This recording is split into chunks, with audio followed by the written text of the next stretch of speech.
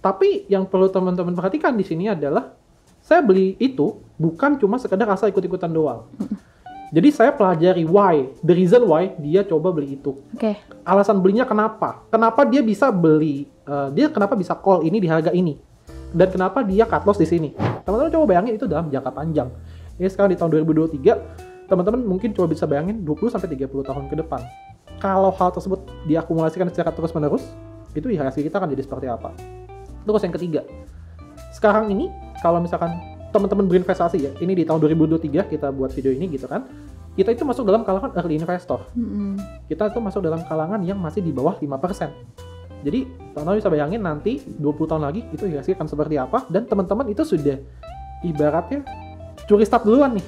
Udah ngerti apa itu saham, udah ngerti gimana cara cari perusahaan yang punya dividen bagus, udah ngerti cara pilih saham yang uptrend dan sebagainya. Jadi menurutku 3 sektor itu yang bisa dijadikan opsi untuk di tahun depan.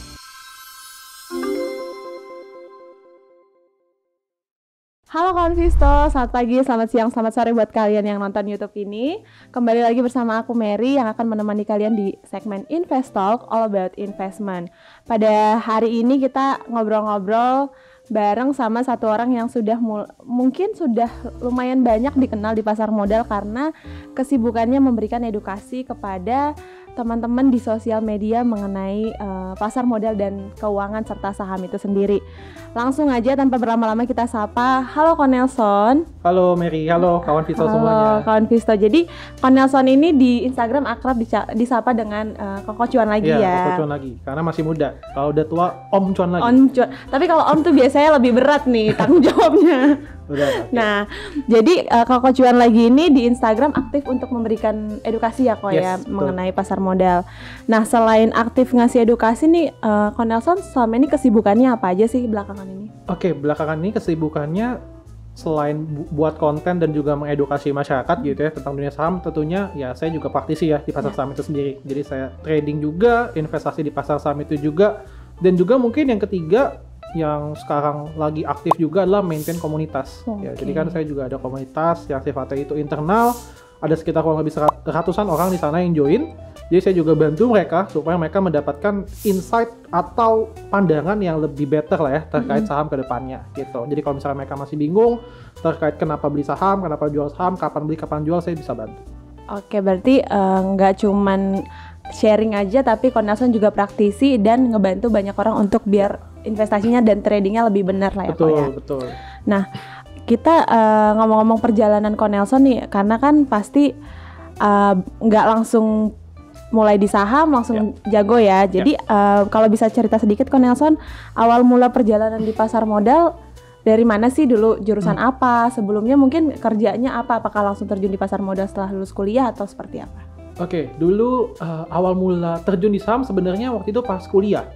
Jadi pas kuliah kalau nggak salah sekitar semester 5 atau semester 6 itu ada lomba. Jadi ada lomba saham tuh di kampus internal ya. Jadi lomba ini cuma internal, diadain di kampus doang. Jadi waktu itu kalau nggak salah ada yang namanya KSPM, kelompok studi pasar modal, atau di kampus bilang ada juga yang bilang sebagai galeri investasi ya. Jadi itu komunitas internal di kampus yang isinya orang-orang yang pengen nih belajar saham gitu. Jadi waktu itu komunitas tersebut itu bikin kompetisi di kampus secara internal. Saat itu Koko Cuan lagi yang waktu itu masih semester 5 belum tahu nih apa itu saham sama sekali. Tapi background jurusan ekonomi? Iya, accounting. Oh iya, oke. Waktu itu belum tahu sama sekali karena ya memang sih ada beberapa dosen yang sempat ngebahas, cuma kan kita masih abu-abu banget ya, masih gamblang banget. Akhirnya out of nowhere gitu ya, ajak teman buat ikutan kompetisi itu. Kompetisi tadi? Iya, ibarat ya nambah-nambah ilmu lah ya, toh cuma biaya registrasi waktu itu murah. Kayak misalkan 100.000 dibagi 3 kan bisa satu orang 30.000 doang kan. Tapi total hadiahnya lumayan. Waktu itu kalau nggak salah saya dapat juara 2. Ya surprisingly dapat juara 2 ya. Total hadiah dapat totalnya 1,5 juta dibagi 3 berarti 500.000 waktu itu. Jadi awalnya bermula dari iseng-iseng aja gitu. Pengen tahu tentang dunia saham itu apa. Tapi kan karena memang ketika kita ikut lomba, kita kan menginvestasikan uang kita. Ya. Meskipun nggak banyak ya. Betul. Mungkin mahasiswa juga udah cukup ya. Lumayan lah itu ibaratnya kan jatah makan 1 hari gitu kan. Ya. Jadi waktu itu ikut iseng 30.000, ternyata dapetnya juara 2. Jadi waktu itu di sana itu ngulik banyak banget tentang saham. Ya, jadi kita tanya teman kita, tanya beberapa orang yang memang sudah terjun di dunia saham, ternyata saham itu seluas itu gitu loh. Jadi itu awal mulanya. Jadi setelah itu kita dapat juara 2 ya, kita dapat saldo di rekening saham di sebesar 500.000. Ya udah, dari situ mulai coba belajar untuk kembangin lebih lanjut lagi. Tapi pasti pada awalnya rugi. Itu kayak rumus awalnya lah ya. Pasti rugi lah. Setiap orang terjun di saham, awal-awal itu pasti rugi.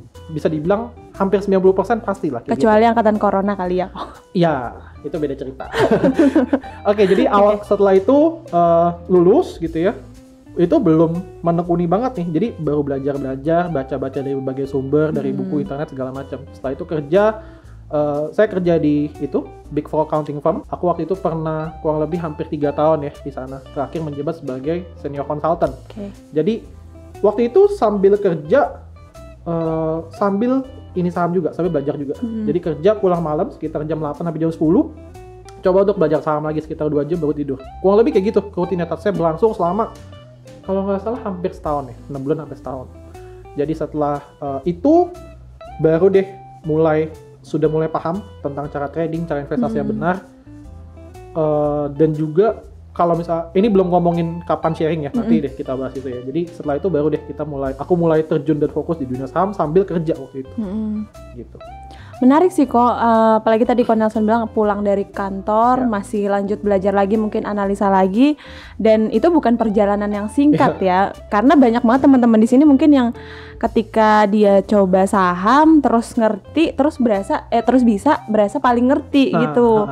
Nah, jadi teman-teman kalian tuh tetap butuh spare waktu untuk belajar dan yang pastinya analisa dong, harus beli apa, harus jual apa, bukan karena ikut-ikut kata orang ya kok ya. Betul. Nah, seperti tadi Ko Nelson juga mungkin bilang, sekarang kita ngomongin ke awal memberikan edukasi di pasar modal. Nah, berarti Ko Nelson ini sudah terjun di pasar modal sebelum pandemi. Ya betul, dari tahun 2016 ya, 2016-2017. Oke, sudah memberikan edukasi dari tahun berapa kok? Nah, kalau memberikan edukasi itu sebenarnya start dari Corona, 2020. Jadi kalau nggak salah ingat itu akun @kokocon lagi dibentuk Juni 2020. Terus kemudian surprisingly ya dititipin sama Tuhan juga nyampe 100.000 followers itu 1,5 tahun doang.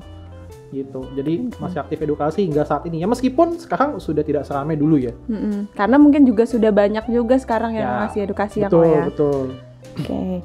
Nah, mungkin terlintas barusan balik lagi ke yang tadi kok, pada saat Ko Nelson belajar kan medianya nggak sebanyak sekarang nih. Sekarang kita bisa di Instagram, bahkan di TikTok untuk cari pembelajaran. Zaman-zaman Ko Nelson awal belajar tuh selain dari buku, dari mana lagi? Ini boleh sebut orangnya nggak? Boleh, tergantung. Saya anggap dia sebagai mentor ya. Jadi boleh. Jadi ini teman-teman ambil positif, buang negatifnya. Jadi kalau misalkan teman-teman mau belajar, waktu itu saya belajar sama salah satu mentor yang mungkin namanya teman-teman juga sudah kenal ya, mentornya cewek, wanita gitu ya. Saya boleh tebak kok? Udah tahu pasti. Ellen May. Iya, betul. Jadi waktu itu saya belajar dari beliau. Jadi beliau kan ada sempat buka kayak semacam ada kelas juga, ada yang bentuknya kayak rekomendasi Stockbit tapi ada video edukasinya. Nah, yang saya pelajarin waktu itu adalah yang rekomendasi Stockbitnya. Gitu ya. Jadi saya beli waktu itu, subscribe kurang lebih hampir 2 tahun.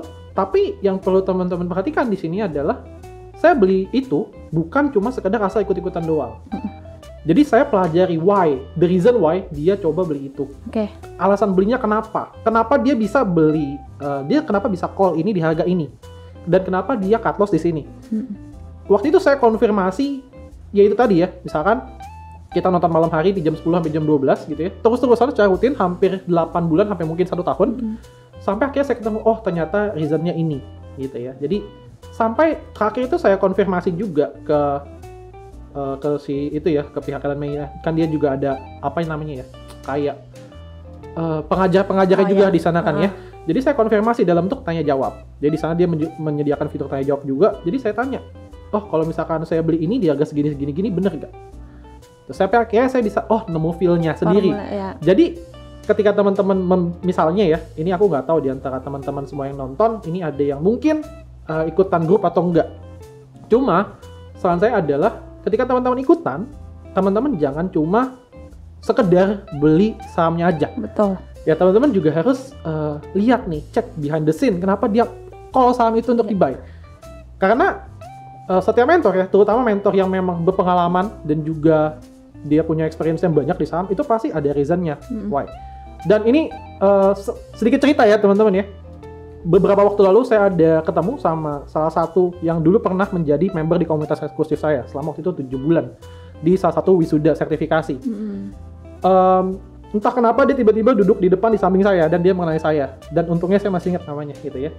Jadi kurang lebih yang dilakukan sama dengan saya, dia mengulangi apa yang saya lakukan. Jadi waktu itu dia menjadi member saya selama kurang lebih 6-7 bulan. Terus yang dilakukan apa? Yang dilakukan adalah meriset behind the scene. Why? Si Koko call untuk buy ini. Kenapa si Koko call untuk jual? Sampai akhirnya sekarang dia itu sudah maintain portofolio keluarganya.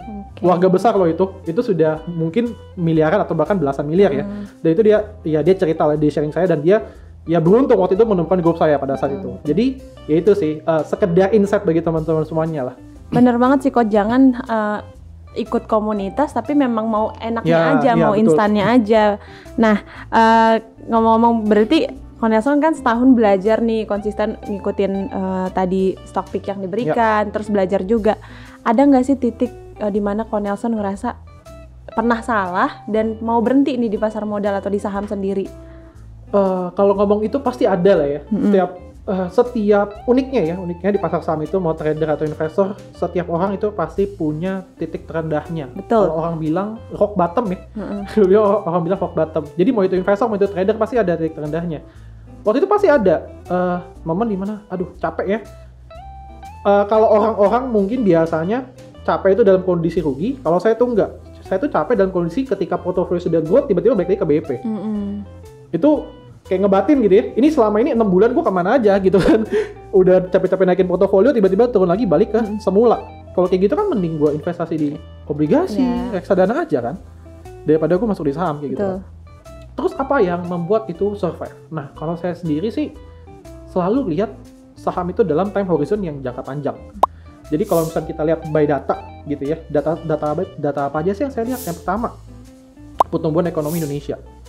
Selama ekonomi Indonesia itu terus konsisten bertumbuh ya di angka mungkin 4-5%, itu bahkan waktu itu ada beritanya bahwa di tahun 2045 Indonesia itu bisa menjadi negara dengan tingkat perekonomian top 5 ya, terbesar di dunia. Itu yang pertama. Teman-teman bayangin kalau misalkan Indonesia terus bertumbuh gitu ya, otomatis dana dari investor asing itu kan juga akan masuk ke IHSG kita. Dan beda loh ya, investor asing itu menganggap banyak saham di Indonesia itu namanya penny stock, saham gorengan. Jadi mereka tuh masuk pun ibaratnya kayak cuma sekitar 0,5% dari total portofolio, mereka udah bisa dapat sebagian besar dari saham perusahaan kita. Teman-teman coba bayangin itu dalam jangka panjang. Ini sekarang di tahun 2023, teman-teman mungkin coba bisa bayangin 20-30 tahun ke depan. Kalau hal tersebut diakumulasikan secara terus-menerus, itu IHSG kita akan jadi seperti apa? Terus yang ketiga, sekarang ini kalau misalkan teman-teman berinvestasi ya, ini di tahun 2023 kita buat video ini gitu kan, kita itu masuk dalam kalangan early investor. Kita itu masuk dalam kalangan yang masih di bawah 5%.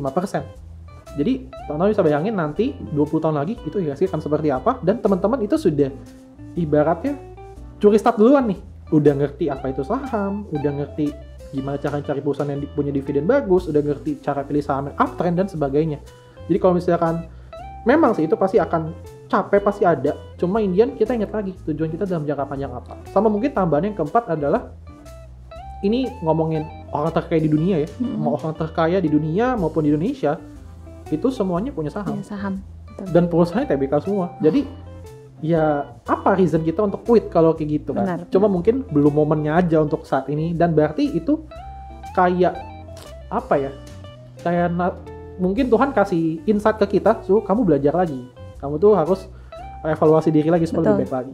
Gitu sih. Berarti misalkan di sini Konvisto ada yang ngerasa kayaknya aku nggak cocok nih di saham, mungkin bisa dievaluasi ya. Cara investasinya seperti apa, ataukah mungkin sebenarnya kitanya sendiri yang nggak bisa ngalahin ego kita atau rasa maruk kita juga pada saat investasi ya kok ya. Dan bahkan sampai sekarang pun saya juga masih terus belajar gitu ya. Mungkin beberapa orang di komunitas saya tahu berapa uang yang saya spend. Itu udah hampir 3 digit loh. Uang sekolah kalau kata orangnya. Udah hampir 3 digit ya. Mau langsung terjun dari market atau mungkin belajar dari mentor-mentor di luar sana. Dan sampai sekarang pun saya juga masih terus expand skill saya ke banyak hal. Karena kan market juga berubah terus ya, dan kita juga harus adaptasi. Ko Nelson nih tipe investor itu yang seperti apa sih? Apakah seorang investor atau trader, atau tradernya pun yang swing atau scalper atau gimana? Oke, kalau diomongin secara spesifik detail ya, mungkin strategi yang mungkin kita ngomong dari sisi hal alokasi portofolio lah ya. Kalau misalkan alokasi portofolio, kalau saya tuh lebih besar di investasi. Kenapa? Karena kalau misalkan trading, ini pasti teman-teman yang sebagai seorang trader pasti tahu ada namanya limitasi likuiditas. Jadi untuk saham-saham yang mungkin tipenya gorengan gitu ya, yang memang small cap, itu ketika teman-teman masuk ratusan juta itu pasti udah nggak bisa. Itu harga sahamnya udah pasti akan jalan kemana-mana. Akibatnya teman-teman malah diisengin lah ya, kalau lebih sama market maker. Dikerjain ya. Iya, jadi kalau misalkan ngomong alokasi portofolio, saya tuh lebih banyak di investasi. Tapi kalau trader, saya juga ada trading. Ya, kalau trading lebih kemana? Saya pisah sih. Untuk sekarang saya lebih fokus ke day trading sama swing biasanya. Gitu. Oke. Nah sekarang nih kok ada tips nggak sih buat teman-teman di sini untuk kawan Visto yang mungkin baru mau mulai tapi masih takut, atau mungkin udah mulai tapi nanggung banget gitu loh, nggak yang diseriusin gitu. Ya. Kalau tipsnya tadi saya udah sempat mention di depan bahwa teman-teman harus lihat saham ini dalam jangka yang time horizon yang lebih panjang supaya teman-teman bisa survive. Itu dulu. Yang kedua adalah ini yang menurutku penting juga, nggak kalah pentingnya dengan yang pertama ya. Itu adalah teman-teman masuk di pasar saham dengan jumlah uang yang kecil. Tapi uang tersebut secara nominal itu berasa kalau hilang. Maksudnya gimana tuh? Jadi kalau misalkan nih kita masuk di saham gitu ya, suatu saham kita cuma taruh di RDN kita 100.000 gitu kan. 100.000 itu nyangkut di satu saham. Ya udah, teman-teman nggak belajar apa-apa dari sana. Karena nggak ada rasa ininya ya. Aduh, ya 100.000 doang lah ya. Gue pesen GoFood 2-3 kali juga habis gitu kan. Tapi beda kalau misalkan teman-teman contoh masukin 5-10 juta misalnya gitu ya. Dan pada saat itu gaji teman-teman mungkin ya di angka yang itu juga, sekitaran itu. Otomatis apa yang akan teman-teman lakukan? Beda.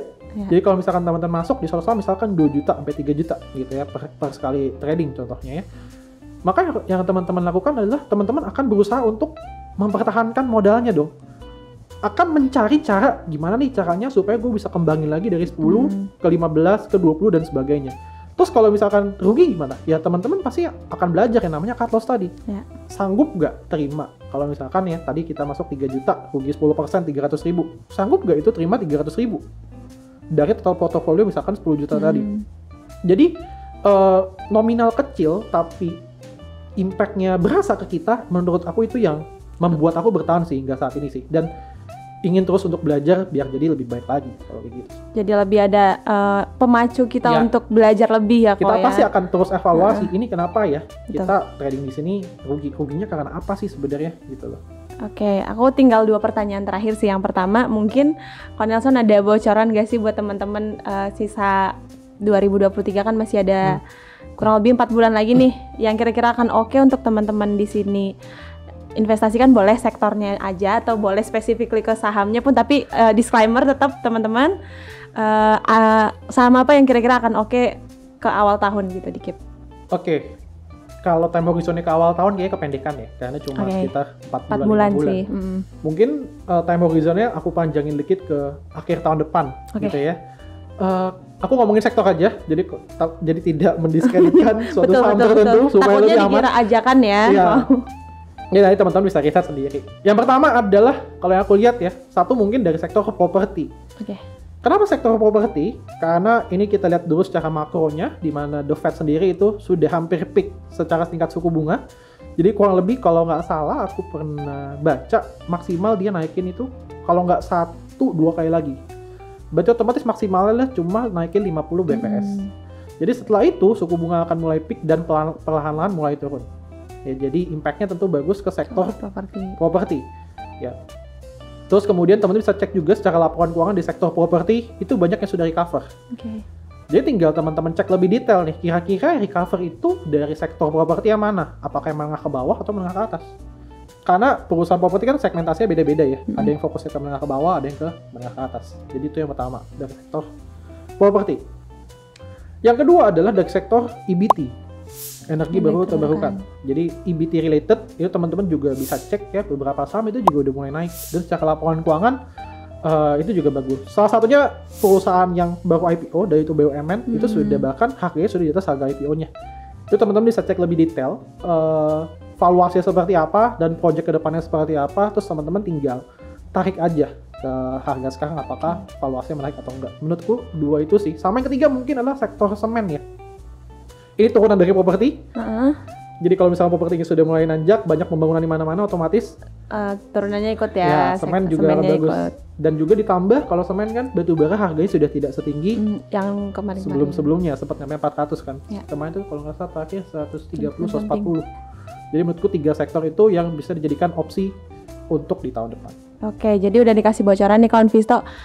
Nah, seperti yang tadi mungkin dikatakan kawan Nelson, kalian harus tetap analisa sendiri dari masing-masing sektor itu ada banyak saham-sahamnya, tinggal kita nih latihan gimana cara milih sahamnya dengan baik dan benar. Pertanyaan terakhir nih Ko, Nelson kan udah melewati banyak hal sampai karirnya sekarang ini nih, sampai bisa ngasih edukasi, bahkan juga bentuk komunitas, sudah banyak yang dicapai.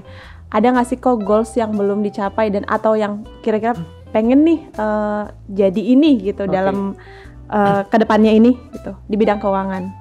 Kalau di bidang keuangan jujur masih banyak banget hal yang pengen aku capai. Ya mungkin yang paling dekat dulu ya. Yang paling dekat dulu adalah memperoleh dividen 3 digit. Paling dekat dulu. Berarti modalnya harus gede juga. Iya dong. Betul dong, modal harus gede, investasi harus gede dan perusahaan harus tepat. Betul. Terus mungkin yang memang jadi goal saya juga adalah ya ini goals jangka panjang ya. Menjadi salah satu pemilik 5% dari satu saham, terutama perusahaan yang blue chip. Itu sih, itu aja paling 2 yang terbesar yang memang ingin saya coba kejar dalam waktu dekat ya. Semoga bisa tercapai. Mungkin itu aja ngobrol-ngobrol kita pada hari ini. Terima kasih Ko Nelson untuk obrolannya, untuk banyak pelajaran yang diberikan kepada saya dan kepada kawan Visto di sini. Semoga kita masih bisa ngobrol-ngobrol lagi di lain waktu. Mohon maaf kalau ada salah-salah kata. Terima kasih kawan Visto sudah menyaksikan sampai akhir. Salam investasiku for better tomorrow.